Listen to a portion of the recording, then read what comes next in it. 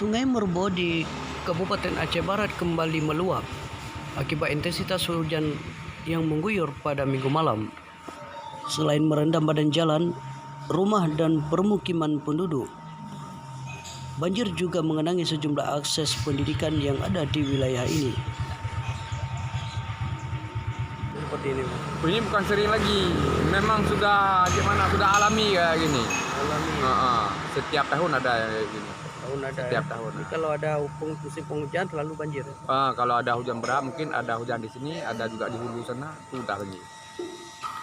Hingga kini belum didapati berapa jumlah keluarga yang mengungsi dan jumlah penduduk yang terkena dampak banjir. Namun sejumlah fasilitas pendidikan hari ini lumpuh, artinya sekolah tersebut tidak bisa berjalan proses belajar mengajar akibat jalan yang menuju ke lokasi sekolah tersebut direndam dengan ketinggian air mencapai 50 cm. Ya, saat ini saya berada di SMP Negeri 4 Kecamatan Kaunambar, Aceh Barat.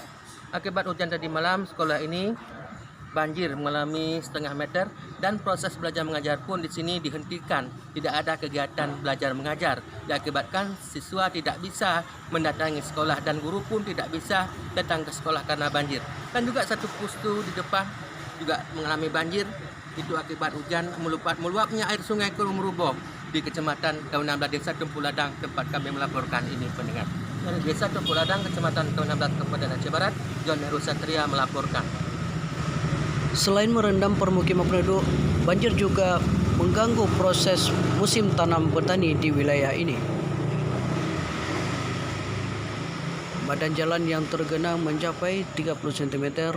Warga hingga kini masih sulit mengakses untuk keluar masuk ke permukiman penduduk.